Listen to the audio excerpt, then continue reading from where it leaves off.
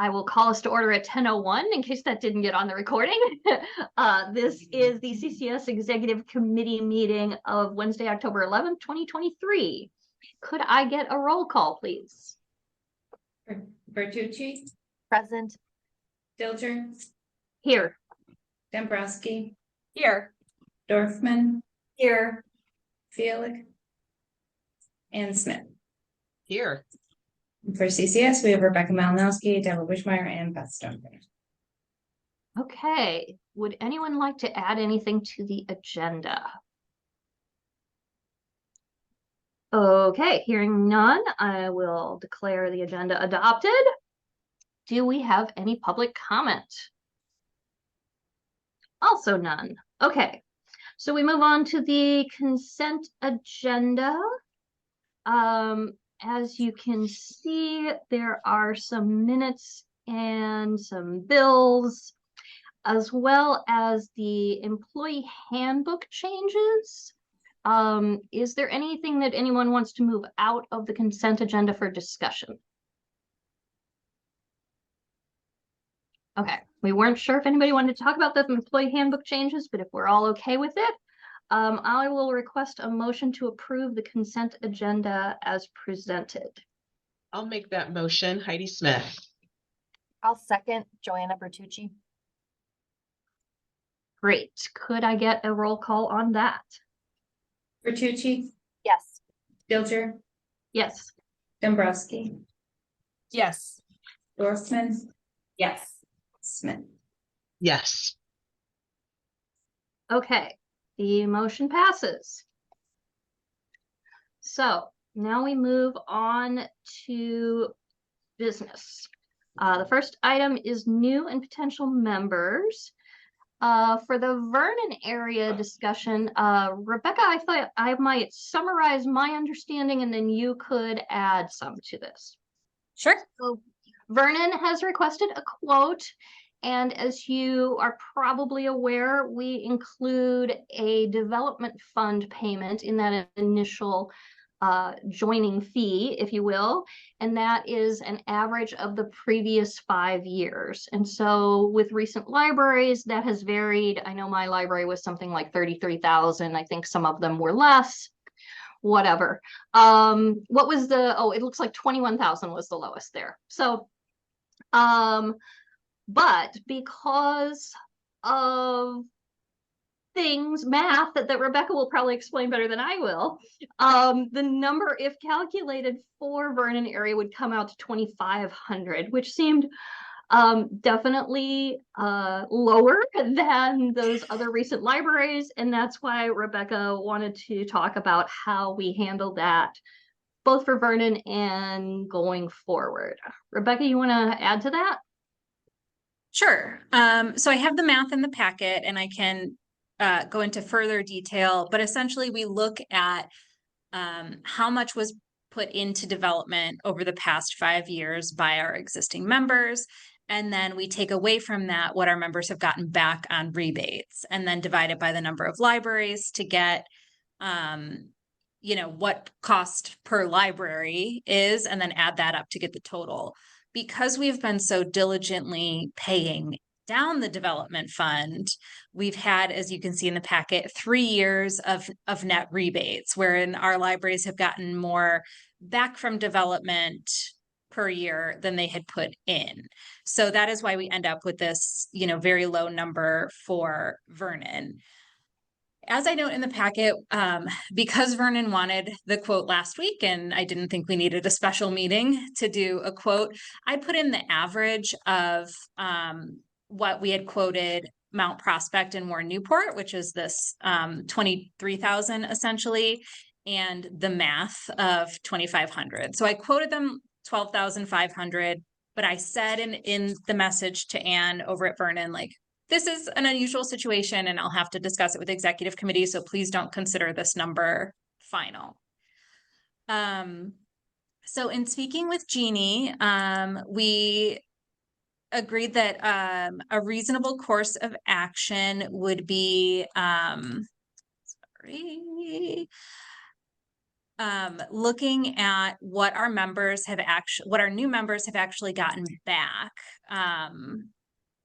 versus what they have paid in. And Jeannie, I have to do some more looking into Palatine. It's possible we missed giving you a credit, so I'm going to look at that. So don't panic when you Okay. see this. But so if we go back to Morton Grove, because they were our oldest new member, they paid into the development fund 4 payments of $8,000 in their first year. And then we're eligible for all future rebates. So they've been a member now for about 6-ish years, depending on when they made their first payment. I didn't do that math great. But they've actually got a return from development of $65. Woohoo! Yeah, I mean, so, hooray for Morton Grove. Jeannie, this is where I think I messed up for you somewhere, and I'm going to go back through all my emails and notes, but I didn't have time yesterday. So Grayslake paid their fund in all at once, and you were quoted differently, I think, because when you requested your quote, and when they requested their quote, there was actually a year of difference from when you requested the quotes because they Right. were on this accelerated schedule. So they were quoted a little bit less to begin with. They made their payment all in one swoop and then got rebates for the next 2 years. So right now their net is about $14,000 that they've paid in. And that's a lot higher than Morton Grove because Morton Grove's had these additional years to get rebates back, if that makes sense. Jeannie, you only got one development fund rebate, and I know that we included some in your original quote. So I have to go back and look at that math. I feel like you should have also gotten one for FY21, not just FY22, but maybe that was accounted for in your quote somewhere. So right now, Palatine has the highest net of any of our new members. And what about Indian Trails? Indian Trails is its own beast. So you weren't around for Indian Trails, but they almost didn't get approved. Their membership almost didn't get approved because of kind of the plan that Brian and I had made about how to handle their development fund. So they actually had several years to pay in instead of the implementation year and the next year, which was what we did for the future libraries. So they actually never paid in. It was the development fund rebates that we gave during those interim years, they received as credits against their amount due. So you can see they don't get a financial actual rebate until 21-22, but they had gotten some credits previously that had covered their amount that they had owed. So we didn't do that moving forward because it was, one, very confusing to track, and two, there was just, about a third of the members had some very, legitimate concerns about that method. So what was their initial development fund payment that they got all those credits against? that was, let me pull that back up. New library tracker. 1 minute. Working on my little laptop monitor always stresses me. So theirs was $36,000. Okay. And so you can see this bonker spreadsheet that Beth very carefully tracked all these things. Okay. So it was at that higher level, and it was just this several years of rebates that everyone else got that they didn't get. So you can see here we have some Rails rebate credits on there. Mhm. We can look at that here as well. We can add that account back in. And then you can see, Grayslake started getting those rebates very early, where Indian Trails didn't get them until later in their membership.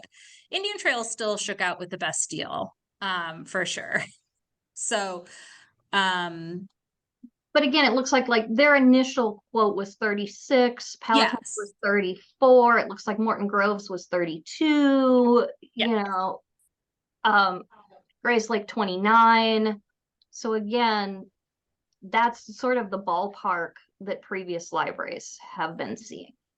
yeah, and if there's not questions, I'm going to stop sharing the spreadsheet, so I stop poking buttons at it. So I'm going to pause for a minute before I say my next thing. Nope. Okay. It sounds like no questions. Okay, so the bylaws look at what had been put into development over the past 5 years, essentially, so a library, like an external library, couldn't wait until we bought a new $20,000 server, and they didn't want to pay for the $20,000 server, and then came in the year after and was like, I'm a member now, look at me taking advantage of this new technology. So at the time that, Morton Grove and Indian Trails, and including Palatine and Grays Lake, at the time that you all were joining, CCS had just done some very deliberate savings in the development fund to do this office renovation, to handle the migration from Symphony to Polaris. And so those members that joined at that early state, at that time, got those benefits. And then, as we said, we're like, okay, we're not doing this whole office renovation, let's give this money back. They partook of receiving that back. So I understand,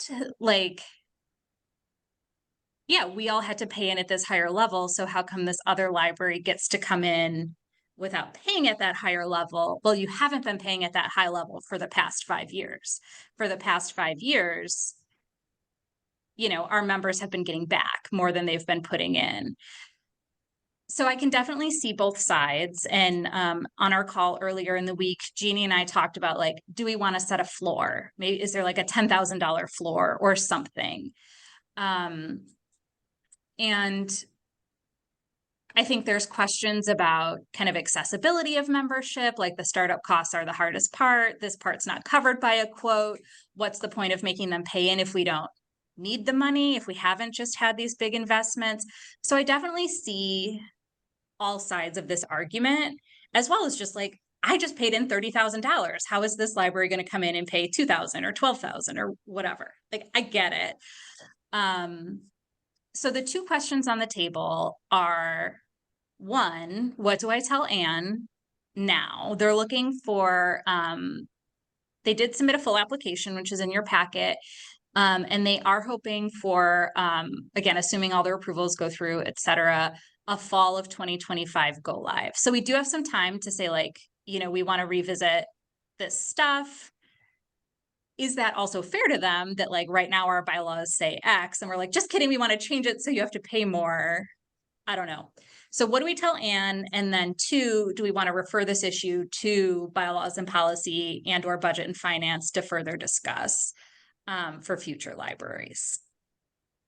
I have a quick question. Thanks, Rebecca. I do have to admit I'm a little confused by all of this. Am I the only one, or does everybody else fully understand this? It's very confusing. Yeah. Okay. So I guess you use the equation that was set up in our bylaws, correct? Well, no, yes and no. Our bylaws say that they have to pay an amount equal to the costs incurred by libraries for the development fund in the past 5 years. There's no math in the bylaws. So when Morton Grove joined, we said, okay, let's look at how much we added into the development fund over the past 5 years, divided by the number of libraries. There we go. That seems reasonable. And then as we started giving rebates, we added that net component, but there's no math in the bylaws. The bylaws say the cost incurred by existing members over the past 5 years. Right. So it doesn't account for the rebate. Maybe one answer is, should we be including the rebate in the math? But definition of costs incurred But we Right, did- how much did we we- put into development versus how much did we pay on actual expenses? Like, those are two different interpretations as well. Right. So sorry to interrupt you, so- Lindsay. I just wanted to clarify that. Yeah, and I guess, so are you doing something different for Vernon than you did for the other libraries, other than No. MBKs? No, It just worked out in their favor. Significantly, yeah. My question goes along with Lindsay's because I think I understand all the logic, Rebecca, but why did we set it up that way in the first place? Why did we set it up on a rolling 5-year fee versus some kind of flat fee that's based on population served or size of collection or some other criteria? yeah, and that I couldn't answer specifically. I mean, I wasn't here when that component of the bylaws was, drafted and approved. I do think it refers back to when CCS and all organizations were in the habit of making really large capital purchases on a regular schedule. Like, you have to replace our Cersei Dynix Symphony server was like $100,000 server. So we had to plan for that and build that in. Whereas now we are hosted, and so we pay a higher rate for Innovative, but we're paying that ongoing. So again, I think it was to say, a server is solid for 5 years. A really big fancy server is good for 10 years probably. So it's all right, you're coming in at the half-life of this server. There's no point where you could be I don't have to pay for that server, but I can reap the benefits, I think was probably how that was set up. But I wasn't here at that time. And I don't think any members of our current executive committee were. So I'd have to do some more digging, but that's my educated guess. Yeah, just for me, just my opinion, I'd rather see us revisit that cost structure in terms of the bylaws and come up with something that I think makes better sense. That's just my 2 cents. I agree with Monica on that, but do you think we should do it after this next one? I feel odd, that we told the library, okay, here's what you have to pay per our bylaws. And then we're gonna say, oops, just kidding, we're gonna change that. So I would say stick with where we're at now with Vernon and then revisit after, so we have a better process in place. Yeah, I agree that we don't want to bait and switch somebody. And our goal is to grow the consortium and get as many members as we can to maximize resource sharing anyway. So I would say, let's use whatever you quoted to Vernon, and then let's ask the bylaws committee to revisit and come up with some other proposal for the initial development fee structure.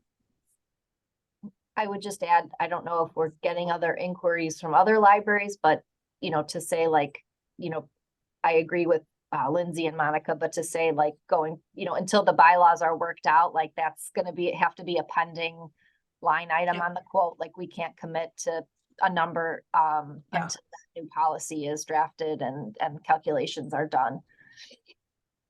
I think that makes a lot of sense, Joanna. Yeah, I agree with that, to say we're going to revisit this and we'll have it for you in X period of time. Yeah.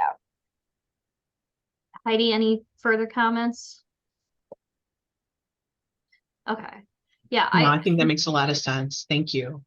Yeah, and I just want to go on record as, saying I don't begrudge the fact that I've paid the most.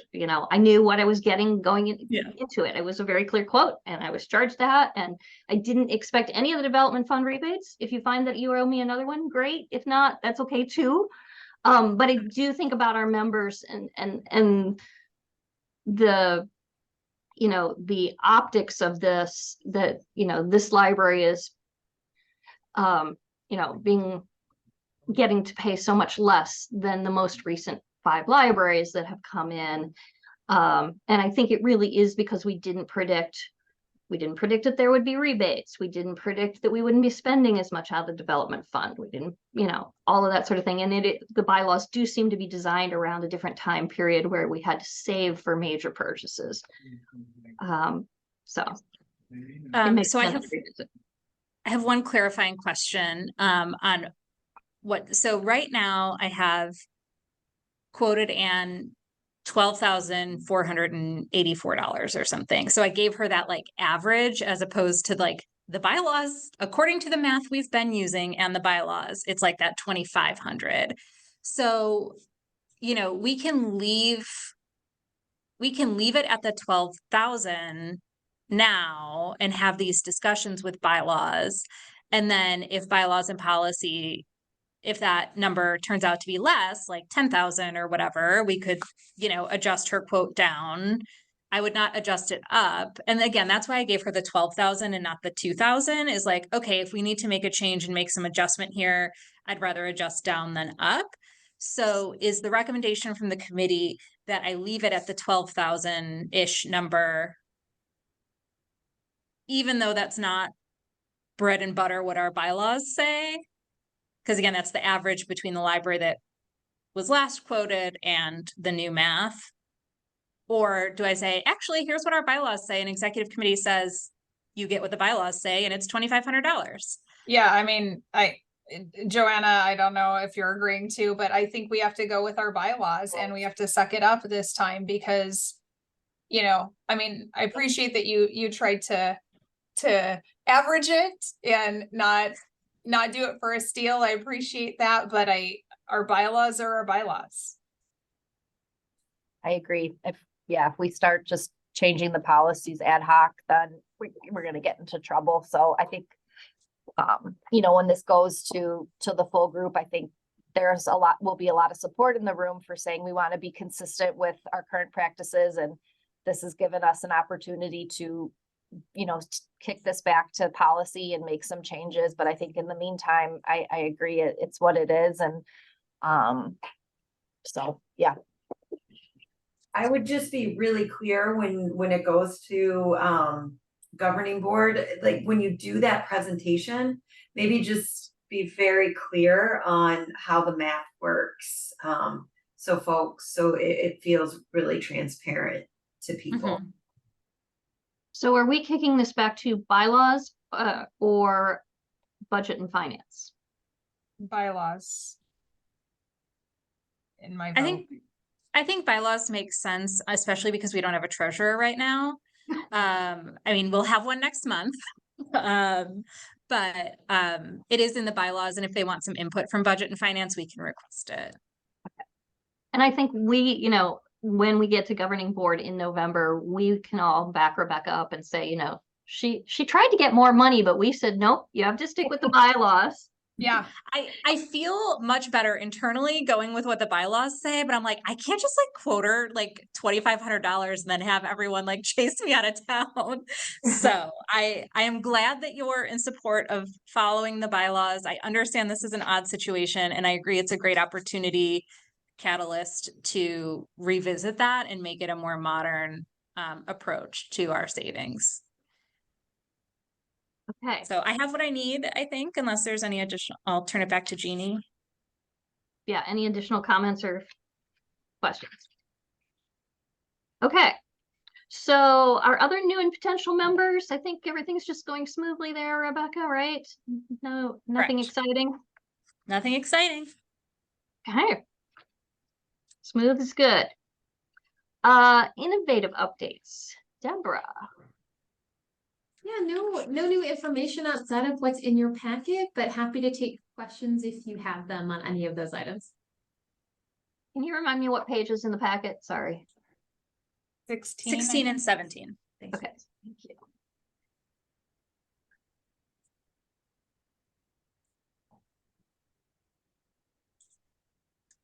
I would just add, I didn't think to put it in the packet, and Deborah very helpfully reminded me earlier this week that our Comprise contract expires this weekend.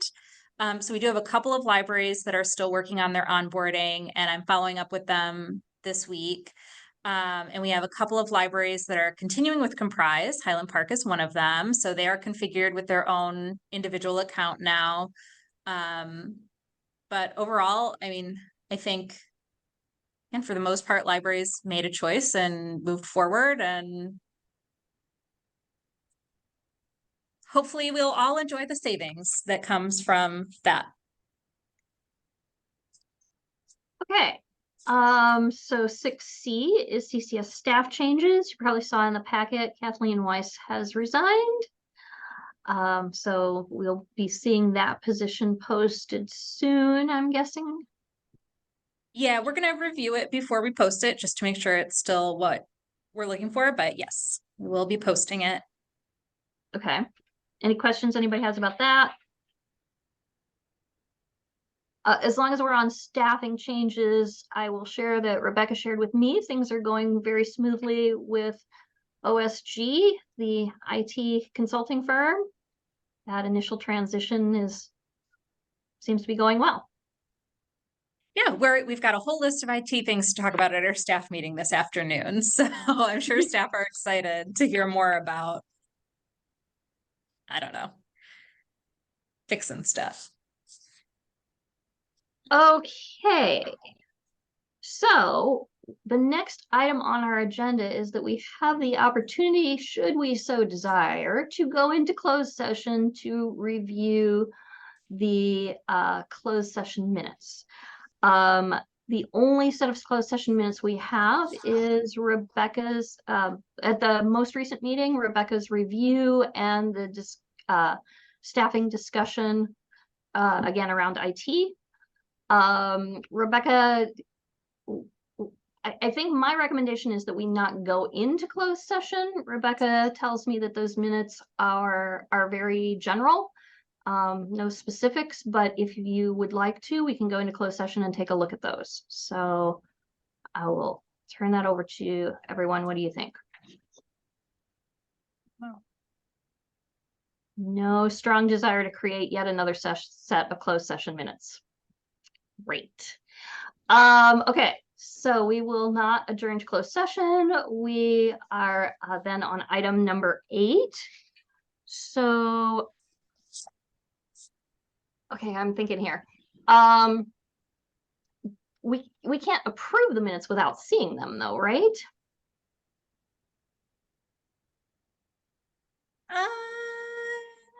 We didn't really talk about that, Rebecca. We didn't really talk about that, but Can you put them Lindsay on the has screen? had the opportunity to review them, and I have reviewed them, and Can you put them on the screen?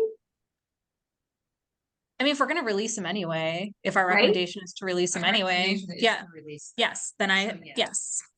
Perfect. Thank you. Here they come. So regular stuff up top. Let me make this bigger.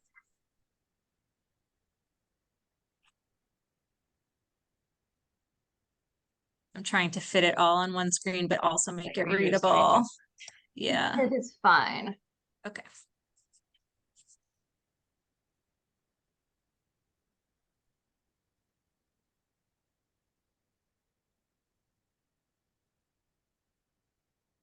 And I'm ready for you to scroll. Don't know about everybody else.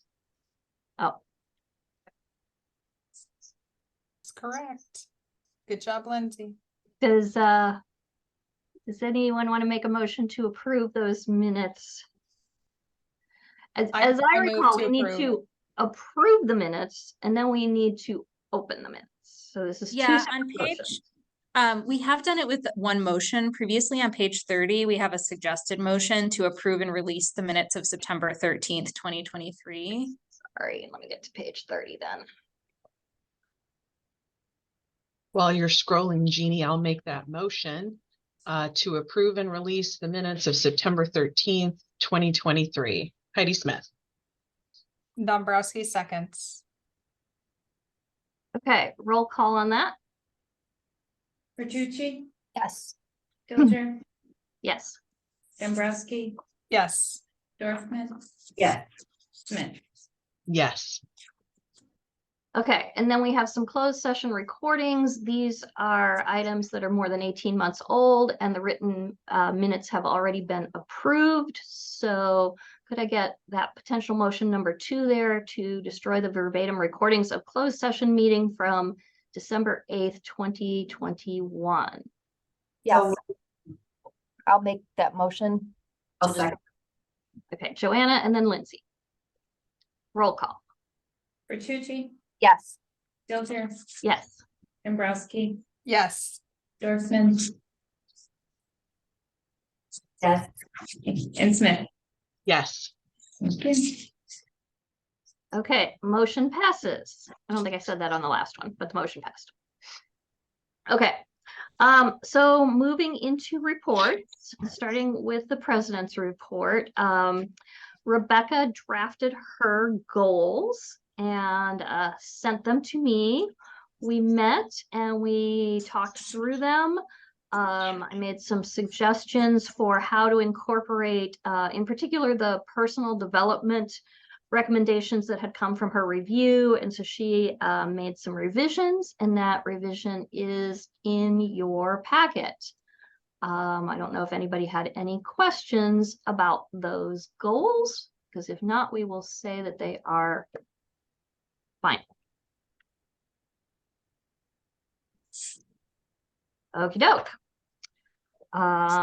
That is all for my report. Secretary. No report. Thank you. Treasurer, Heidi, I'm going to ask you as nominating committee chair, where we are on our treasurer search. Monica and I have met to discuss nominations, and we will have a recommendation to the governing board for election at the November meeting. And you're not sharing? We have to be surprised. I think so, because we're still we're navigating having multiple volunteers and wanting to do that in a very kind and supportive way. We did have 2 people step forward though to say they were interested though. So that was exciting. We can't I lose. like that. We win no matter what. We do. Okay. If you have a recommended name prior to the meeting, if you could share it with Beth, because we're gonna have to start some paperwork. Sure. So if that way she can like maybe have it ready to sign at the meeting, that would be awesome.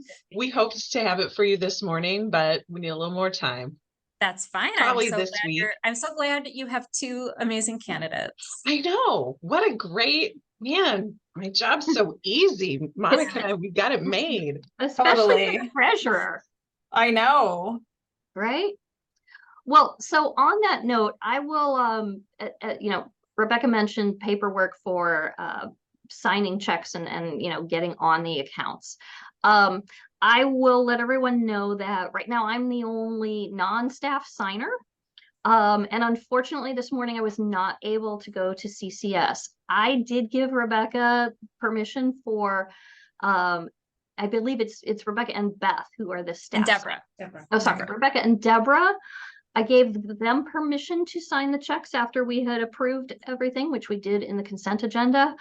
If you guys as executive committee have concerns about that, I can make an effort to get over to CCS in the next couple days, or I think they volunteered to come over to Palatine. No No concerns. concerns. Okay, great. So we will proceed that way. Thank Sorry you. you're in that situation, guys. Hopefully we'll get that rectified for you pretty quick. It's fine. We've never had both signers be staff members before. So I just wanted to like make sure everyone was cool with it, but we're both authorized. We're And I all signed up. And I So did print the email from Jeannie, and I think having this in the minutes will help Yeah. when we go through our audit next year. And Paul's like, hey, why is Rebecca and Deborah signing? So thank you for bringing that. I was just like, I don't think anybody here is going to have any issues with it, but let's document it. So, okay. Committees and groups, you have a report in your packet. Any questions about that? Okay, executive director, Rebecca, what else do you have to share with us? I don't think I have anything else unless there's questions about anything that was in the packet that we didn't cover. Oh. Okay. Well, then I will once again thank everyone for a very smooth meeting. I love these meetings. We are all prompt, we are quick, we get business done, and we move on. So, thank you all. I will adjourn the meeting officially at 10:36 a.m. Thank you, Jeannie. Thanks. Bye, everybody. Have a good